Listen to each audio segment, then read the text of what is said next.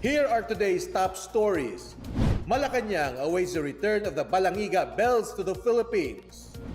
Oil prices go down by as much as 2 pesos per liter. Sandiganbayan orders the arrest of former First Lady Imelda Marcos.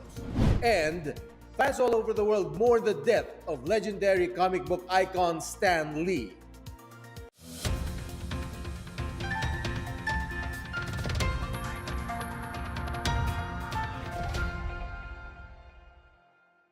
Good day, I'm William Theo. Welcome to the PNA Newsroom.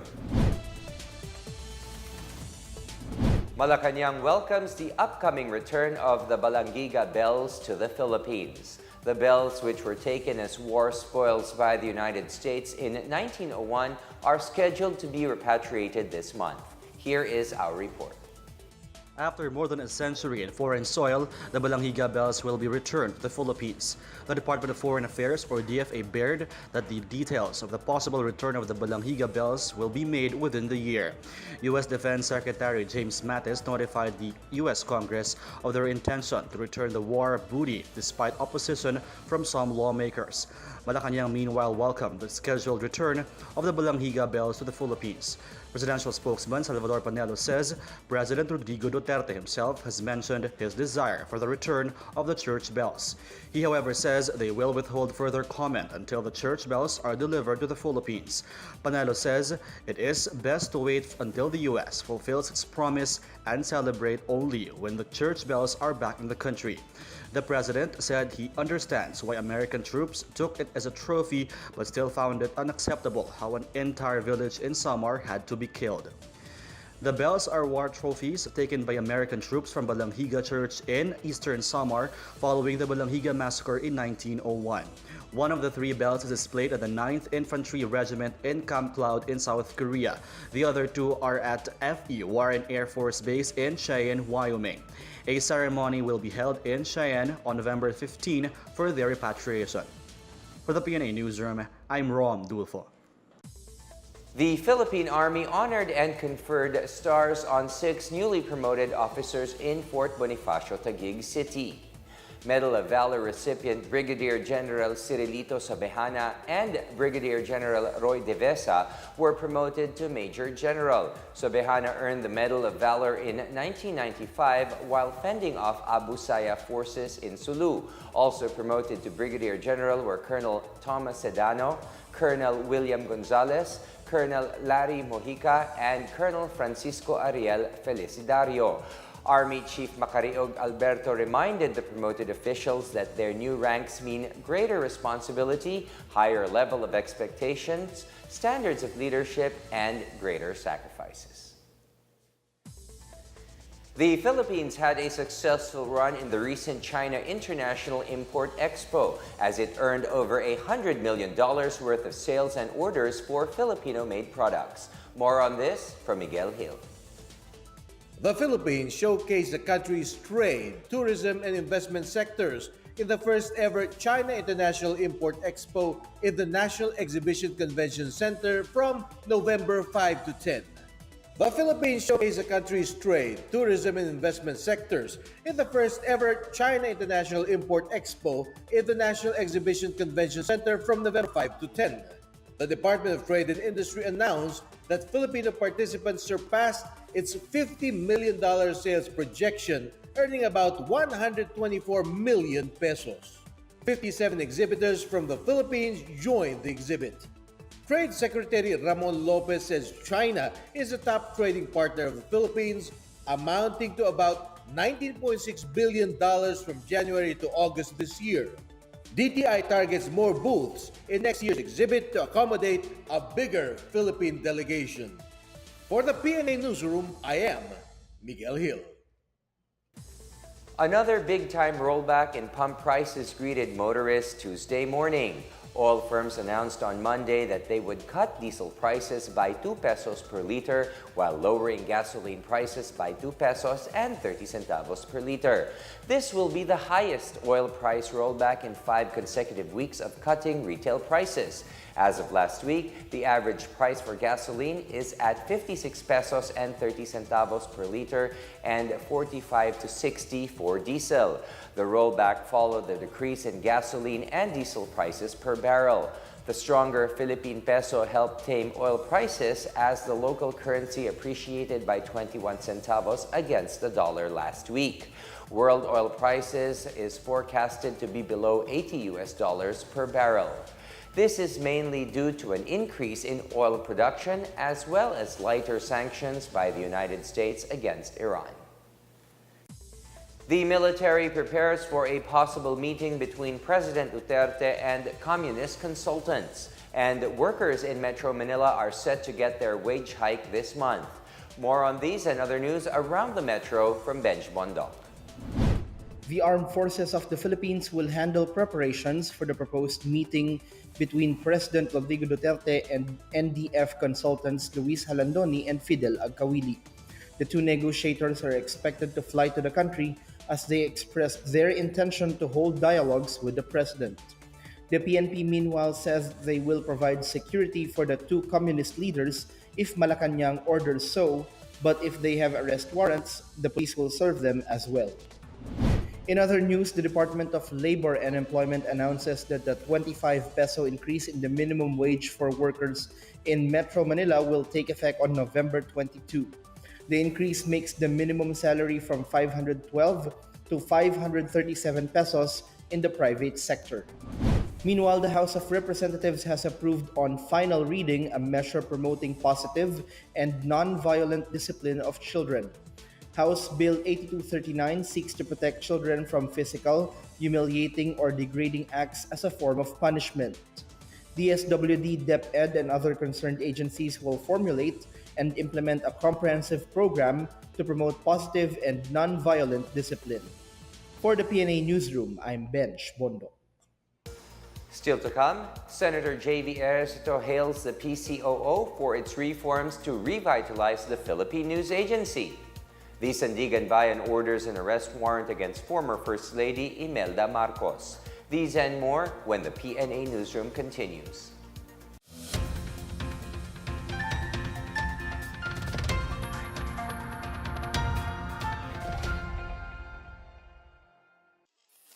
Ito ang Duterte on Duty.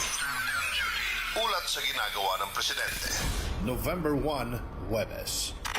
Kasama si Pangulong Rodrigo Roa Duterte sa aerial inspection sa Isabela at Mountain Province na nasalanta ng bagyong Rosita. Sinundan ito ng isang joint situation briefing. Sinuri ang naging pinsala. I am satisfied with the response of government. Everybody is here, and I think that everyone is doing his duty. I'd like to thank you for that. Davao City. Inalala ng Pangulo ang mga yumaong mahal sa buhay at dinalaw ang puntod ng kanyang ama't ina na sina Governor Vicente at Soledad Duterte. November 5, Lunes, Parañaque City. Pinasinayaan ni Pangulong Duterte ang Parañaque Integrated Terminal Exchange, ang pinakaunang land port sa Pilipinas. This will help ease traffic by limiting provincial buses flying Metro Manila roads, specifically along Rojas Boulevard and the EDSA Taft area. It will also serve as a transfer point between the provincial buses from Cavite, Western Batangas, and other in-city modes of transportation. November 6, Martes, Malacanang. Idinaos ang 31st Cabinet Meeting at tinalakay ang mga mahalagang issue sa bansa. November 7, Miyerkules, Pasay City.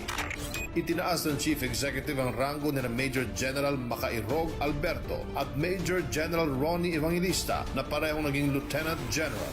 Umangat naman bilang Major General si Brigadier General Erwin Bernard Neri. Pasig City. Siniguro ng Pangulo sa investors na ang Pilipinas ay isang business-friendly country nang dumalo siya sa GAC Motor Philippines brand launch. Let me assure you that this government is doing its best to ensure a level playing field for investors. We will continue to provide both foreign and local investors like the GAC Motor and Ligado Motors with assistance they need so that their venture may prosper and flourish. Ako po si Secretary Martin Andanar at ito ang Duterte on Duty. Abangan sa susunod na linggo ang mga gagawin ng Pangulo.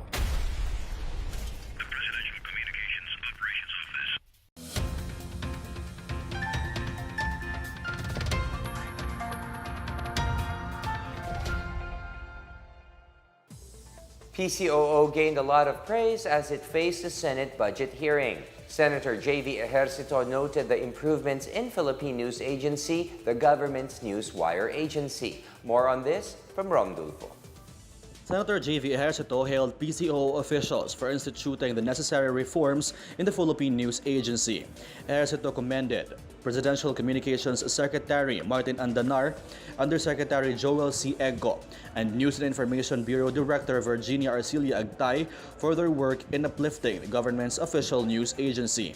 Eggo, who is supervising PNA, reported the improvements of the government online news site to the Senate Committee on Finance during the PCOO budget hearing. Eggo said the PNA website has regained its reach, registering an upward trend of website visits, reaching over 400,000 in late October 2018. He notes improvements in PNA's editorial standards, as well as the hiring of highly qualified staff. Aside from social media, the PNA has its daily news webcast, the PNA Newsroom, Yusek Eggo's Pros and Cons, and Miguel Hill's Business Matters. Andanar also instituted measures to provide a continuing training program for editors, writers, and technical staff. The PNA also has ties with the Organization of Asia-Pacific News Agencies, Belt and Road News Alliance, as well as agreements with various foreign news agencies. For the PNA Newsroom, I'm Rom Dulfo. Filipino Sign Language is now an official means of communication for the deaf community. President Rodrigo Duterte signed into law an act declaring the Filipino Sign Language as their national sign language. The Filipino Sign Language will be the official sign language of the government in all transactions involving the deaf. Schools, broadcast media, and workplaces are mandated to use this sign language system. It will also be used in legal proceedings and legal interpreting for the deaf. Government agencies involved in the education of the deaf is mandated to use Filipino Sign Language as a medium of instruction. It shall be taught as a separate subject in the curriculum for deaf learners, aside from reading and writing in Filipino, other Philippine languages, and English. Nobody is spared in the fight against corruption. This is stressed by Malacanang as the NBI recommends graft charges against former Customs Commissioner and now tested Chief Isidro La Peña. La Peña is implicated in alleged irregularities in the release of containers of ceramic tiles worth at least 69 million pesos from China last March.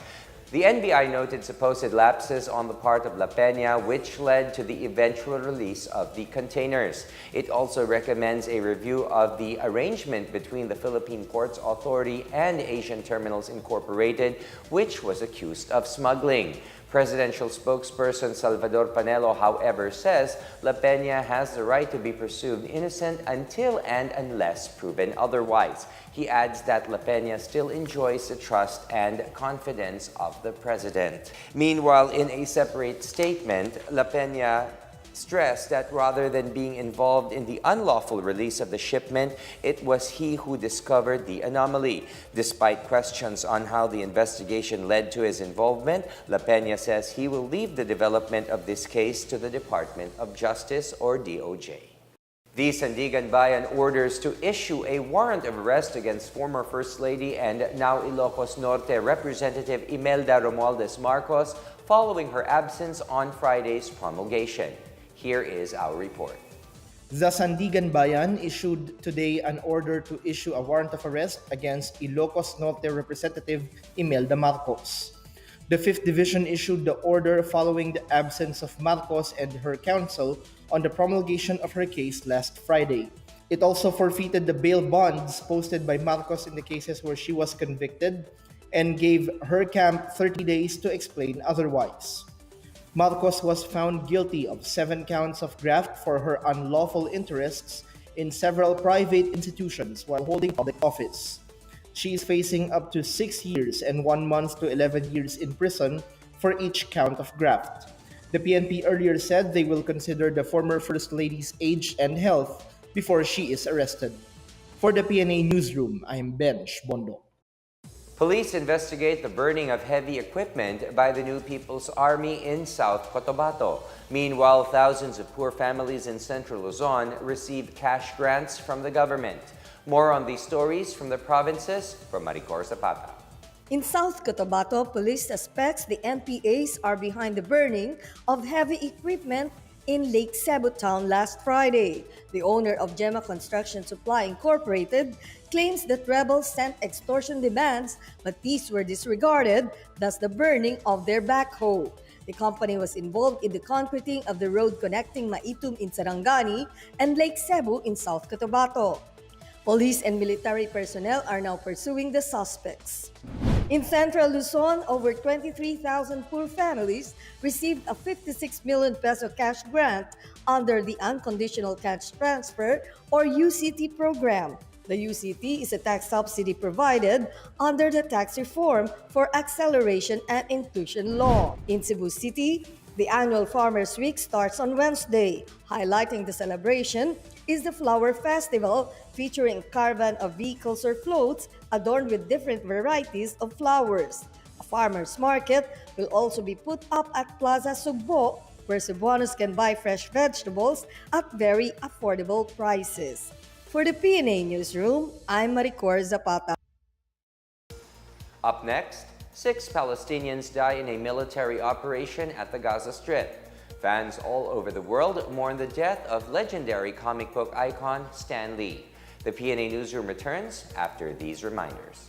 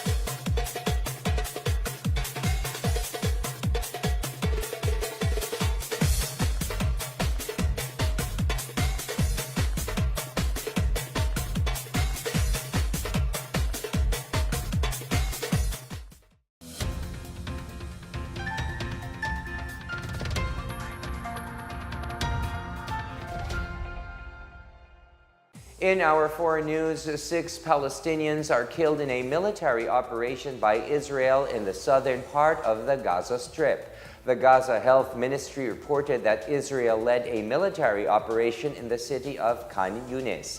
Local media says several high-ranking members of the Hamas movement are among the dead. The Israel Defense Forces admitted they carried out a military operation in the Gaza Strip that resulted in the shootout with the Palestinians. They intercepted 2 rockets fired from the Gaza Strip. Meanwhile, Israeli Prime Minister Benjamin Netanyahu cut short his visit to Paris following reports of the attack. Netanyahu was in France to attend a commemoration of the 100th anniversary of the end of World War I. Fans from all over the world mourn the death of the legendary American book writer Stan Lee. Comic book fans and members of the industry took to social media to express their condolences and pay tribute to the Marvel Comics icon. The famous writer, editor, and publisher passed away at the age of 95 at the Cedars-Sinai Medical Center in Los Angeles. Lee was the co-creator of popular Marvel Comics characters such as Captain America, Iron Man, the Fantastic Four, the Incredible Hulk, and the X-Men. He was a recipient of the U.S. National Medal of Arts for his contributions to art. In sports, the Sanbeda Red Lions remained the NCAA's men's basketball champs after sweeping Lyceum Pirates in Game 2 of the finals on Monday. Robert Bolick, J.V. Mocon, and Clint Doliguez led the team to pull away by as much as 20 points in the last 8 minutes of the game. Mocon finished with 16 points, 11 rebounds, 2 assists, 1 steal, and 5 blocks to cap a finals most valuable player performance for Sanbeda. CJ Perez, who came back for Lyceum from sitting out of Game 1 due to a suspension, put up 19 points, 6 rebounds, 4 assists, and 1 steal in his swan song for Lyceum. Task Force Bangon Marawi continues to reach out to displaced residents by providing livelihood opportunities and other services. More on this from Sweet Lukman. Internally displaced persons flocked at the third kauyagan in front of the City Hall to avail the livelihood services and benefits offered by different government and humanitarian agencies headed by the Task Force Bangon Marawi through its Subcommittee on Business and Livelihood. With the support of these agencies, Marawi IDP beneficiaries also displayed their livelihood products from agriculture, fisheries, and business sector. In his message, TFBM Field Manager Asek Felix Castro Jr. praised the Maranao people for their resilience and business skills. Yung mga agencies na nandito magbibigay ng tulong as far as livelihood is concerned. Alam naman natin, yung ating kapatid na Maranao, kahit konting tulong lang, yan ay kaya nilang ipalago yung puhunan. Konting puhunan lang, lalaki na yung kanilang livelihood. The Community and Family Services International gave 2 printers, 2 food vendors, a fishing boat with engine, an air compressor for vulcanizing shop, a refreshment vendor, a fruit vendor, and baskets. Technical Education and Skills Development Administration delivered free haircut services and toolkits for plumbing. The Catholic Relief Services gave the second tranche of cash grants for selected Marawi IDPs. The Department of Trade and Industry turned over 37 sewing starter kits with sewing machines, while the Department of Social Welfare and Development distributed checks worth 10,000 pesos under its Seed Capital Fund program. Targeting 300 beneficiaries, the Department of Agriculture distributed fruits and vegetable seeds and seedlings and gave recognition certificates with cash assistance to farmer cooperatives who showcased their products, while the East-West Seeds Corporation also distributed 1,000 vegetable seed packs. Meanwhile, the World Food Program distributed sacks of rice, food for work, and fishing equipment, while the Food and Agriculture Organization initially dispersed a portion of the 600 goats and other farm supports. The Marawi City Public Employment Services Office conducted free skills registration for TESDA training, and the Marawi City Government registered senior citizens and provided them with ID and also carried out free dental services. Together with Wilnard Barcelona for PNA Newsroom, Sweet Lukman, Philippine Information Agency. Let's now check out the weather forecast for Metro Manila and the rest of the country.